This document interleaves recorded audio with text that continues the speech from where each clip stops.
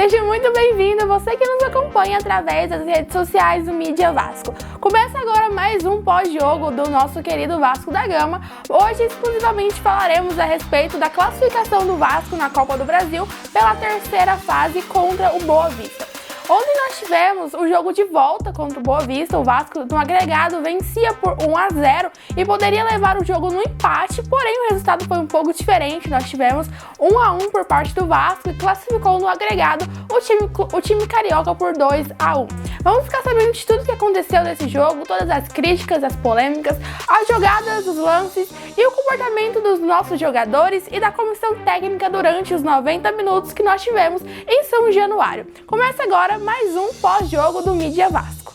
Falando primeiro a respeito do positivismo que nós tivemos no jogo, do lado bom das coisas é que o Vasco foi classificado e agora joga as oitavas de finais da Copa do Brasil. Ainda não tivemos o sorteio, afinal de contas ainda teremos outros jogos da Copa do Brasil para encerrar a terceira fase, mas fato é que o Vasco da Gama está classificado para a fase de mata-matas da Copa do Brasil. Copa do Brasil que é muito importante para que o Vasco continue jogando, porque é um campeonato milionário que é muito importante, ele é de fácil acesso, todos os clubes jogam, têm a oportunidade de disputar um campeonato como esse e ao mesmo tempo um campeonato de tão alto nível, porque todos os clubes querem vencer, porque ela dá muito dinheiro e o dinheiro é o que a gente precisa. Tudo que entrar por parte do Vasco da Gama em relação à receita, o Vasco precisa, tudo que for necessário de correr atrás de campeonato para que a gente possa gerar mais fluxo de renda para o clube, nós precisamos correr atrás. A torcida já dá o seu esforço o tempo todo ajudando a manter o clube, mas também é muito necessário, principalmente, que o elenco faça a sua parte. O Vasco foi classificado, mas isso não diminui as preocupações que nós temos a respeito da apresentação do atual time do Vasco e também do que faz, o nosso técnico Marcelo Cabo. Não tem coisas boas para falar dessa classificação do Vasco, apesar de que o Vasco foi classificado. O Vasco ainda joga muito mal, é preocupante, é assustador, é polêmico o que o Vasco apresenta nessa temporada de 2021, principalmente desde o início do Campeonato Brasileiro até agora. O Vasco joga de forma horrenda, é assustador o que apresenta a equipe vascaína, a perspectiva de melhora vendo esse time do Vasco, a defesa ainda muito falha, nossa dupla de zaga entre o Ricardo Graça e o Hernando ainda não deu liga nenhuma em relação a isso, não passa confiança, credibilidade. Hoje o nosso melhor zagueiro, querendo ou não, apesar das muitas polêmicas que envolvem esse jogador, é o Leandro Castan. O Vasco sente muita falta dele, isso é nítido, nós precisamos de volta dele, infelizmente, apesar de que temos muitas polêmicas a respeito dele, a respeito do rebaixamento do Vasco e tudo mais, mas isso são águas passadas. O Vasco necessita de novas contratações, o que a gente tem não é suficiente. O Vasco levou uma pressão gigantesca do Boa Vista. Boa Vista que é um time, perdoem aqueles que são torcedores do Boa Vista, mas que é um time pequeno comparado ao time do Vasco. Então, se o Vasco toma uma pressão de um time de tão pouca expressão assim, imagina como será um jogo contra um clube da Série A, porque nas oitavas de finais o Vasco tem grandes chances de enfrentar um adversário da Série A. Então, se um time tão pequeno consegue já fazer uma pressão tão gigante em cima do Vasco, inclusive o Vasco estava ali no empate, perdendo no decorrer do jogo, e quem continuava movimentando no ataque, quem continuava se apresentando muito bem era o Boa Vista. O Vasco entrou no segundo tempo, todo mundo pensando, nossa, agora o Vasco vai melhorar, o Vasco vai atrás do resultado, vai obter tudo isso, e nada do Vasco. O Boa Vista já iniciou o segundo tempo com duas grandes jogadas ao gol. Muitas chances por parte do Boa Vista, então é preocupante essa nossa situação. O Vasco joga a Série B também, a Série B é muito perigosa, é um campeonato muito difícil, não dá pra bobear, precisa melhorar urgentemente. O Vasco não tem tempo de ficar correndo atrás do prejuízo mais tarde. O calendário dos times brasileiros, principalmente após a pandemia, é muito corrido, é muito curto o espaçamento entre os jogos. A nossa situação é complicada demais, não tá sendo fácil a situação que o Vasco se encontra e o clube não melhora. Marcelo Cabo inventa muito e apresenta pouquíssimo, apresenta quase nada. O time que a gente tem não é o time suficiente para jogar uma Série B, para jogar uma Copa do Brasil. É assustadora a nossa situação. Eu não imagino o que vai ser do Vasco no fim da temporada. Eu tenho até medo de pensar se continuar com esse comportamento. O time precisa melhorar, A saída de bola ainda tá muito ruim, o Vanderlei tem muito a melhorar. O esquema tático não funciona. O Marcelo Cabo tem um método de ficar tocando bola ali no pé, saindo de bola em bola ali entre os jogadores, e isso não tá funcionando.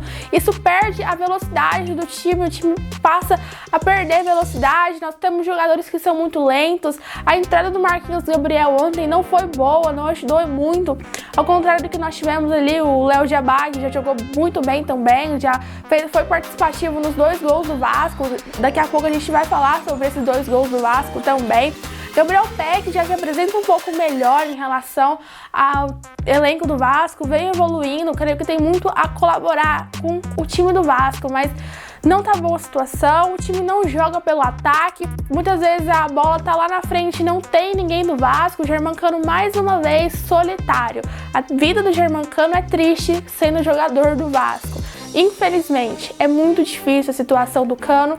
Nós temos no nosso elenco um dos melhores atacantes do Brasil. Poderia ser hoje o melhor atacante do Brasil se tivesse a oportunidade de mostrar tudo aquilo que ele tem. Ele tem talento, ele tem profissionalismo, ele tem a bola no pé, mas o que acontece? O Vasco não dá a oportunidade para o Germancano mostrar tudo que ele ainda tem a mostrar. Ele já mostra muito. Nós nos livramos de muita coisa. A situação do Vasco seria muito pior se nós não tivéssemos o Germancano.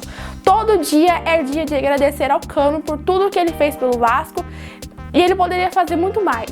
Mas o time do Vasco nunca deu essa oportunidade para ele.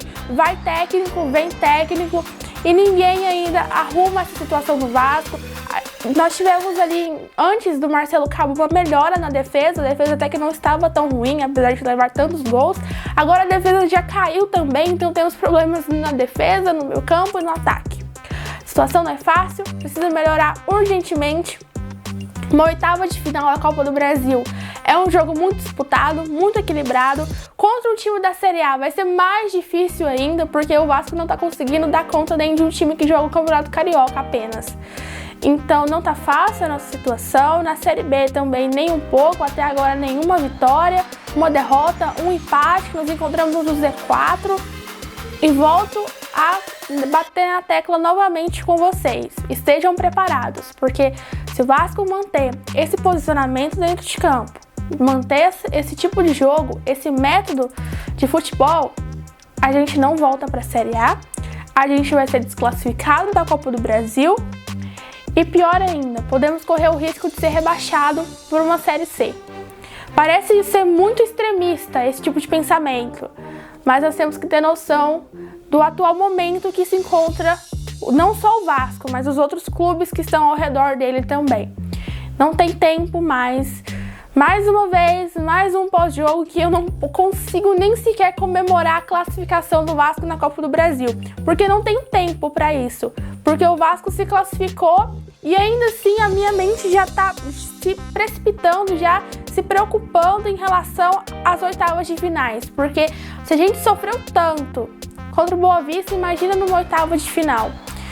É muito difícil a nossa situação, muito complicada. O momento agora é de preocupação em relação ao que apresenta o Vasco e também de cobranças à diretoria do clube. O que vai ser feito a respeito? Não vai contratar mais ninguém, ainda dá tempo. A gente precisa, não é uma opção, é uma necessidade, não é uma escolha. É o que a gente precisa fazer para se salvar, para melhorar a situação. É muito mais que uma escolha, é uma obrigação contratar novos jogadores. O Vasco carece no elenco. Falta muito para ficar bom. Estamos ruins nesse momento. Falando agora sobre as polêmicas do jogo, mais exclusivamente em relação ao primeiro gol do Vasco, preciso, antes de encerrar esse jogo, tecer críticas à arbitragem que foi a campo no jogo do Vasco contra o Boa Vista, muito amadora. O juiz várias vezes dando ali alguns fiascos dentro de campo, muito pífia o modo como foi mandado a arbitragem, para você que não entendeu o jogo consiga compreender melhor o que aconteceu. Simplesmente o primeiro gol do Vasco foi o desvio da mão do Germancano, em seguida rebateu no Peck e o Peck converteu a bola a gol. Nós sabemos que pela regra da CBF até a terceira fase da Copa do Brasil, um lance como esse, por ter esbarrado na mão esquerda do Germancano, apesar de ter sido um ato involuntário, o gol deve ser automaticamente anulado. Porém, o juiz não anulou o gol de imediato, ele validou o gol. O bandeirinha, juntamente com os demais árbitros ao redor do campo, também validaram o gol, porque no momento do gol, quando ocorre uma invalidação do gol, o bandeirinha tem por obrigação permanecer parado na beirada do campo, ali na posição do escanteio, para indicar ao juiz que o gol foi irregular. Porém, o bandeirinha correu até a intermediária do campo, sinalizando que o gol foi validado. Então, como até a terceira fase não temos VAR, automaticamente o gol estando irregular ou não, deveria ter sido validado, uma vez que o juiz, dentro de campo, validou e o bandeirinha também. Porém, o time do Boa Vista acabou ali se estressando muito, foi uma polêmica no jogo, todo o time do Boa Vista, juntamente com a comissão técnica, foi atrás do quarto árbitro, foi atrás do juiz, fizeram um alvoroço dentro de campo, o jogo teve que ser paralisado por 7 minutos e após muita reclamação do time do Boa Vista, após conversa com o quarto árbitro, o juiz decidiu por melhor anular o gol, mas qual que é o sentido nisso? É errado que o juiz tenha esse comportamento, apesar de que o gol deveria sim ter sido anulado, o juiz não poderia anular o gol após reclamações do time do Boa Vista. Se o gol realmente foi irregular e foi, ele deveria ter sido anulado quando o Gabriel Peck converteu a bola a gol. E não depois que houveram reclamações, depois que houve briga, pancadaria, alvoroço dentro de campo. Não, está errado a posição do árbitro. Por que demorou tanto para anular o gol? Por que ele só foi anular o gol depois que houve toda a briga? Quem é que deu a indicação para ele de que o gol foi irregular? Sendo que até então nenhum dos outros árbitros, juntamente com o bandeirinha, sinalizaram para ele que o gol foi irregular. É errado isso. Se nós não temos o VAR para avisar, o juiz validou o gol, é gol, irregular ou não. Ele não pode ter esse tipo de comportamento, porque isso pega mal não só pro time, mas pega mal para ele também. Porque assim que o time do Boa Vista reclama, assim que o time do Boa Vista faz um alvoroço ao redor dos árbitros, o gol é anulado, isso nos dá a impressão de que o time do Boa Vista movimentou o jogo até que o juiz mudasse a sua opinião. E o juiz é a autoridade máxima dentro de campo. E a autoridade máxima dentro de campo sendo influenciado, isso não é certo.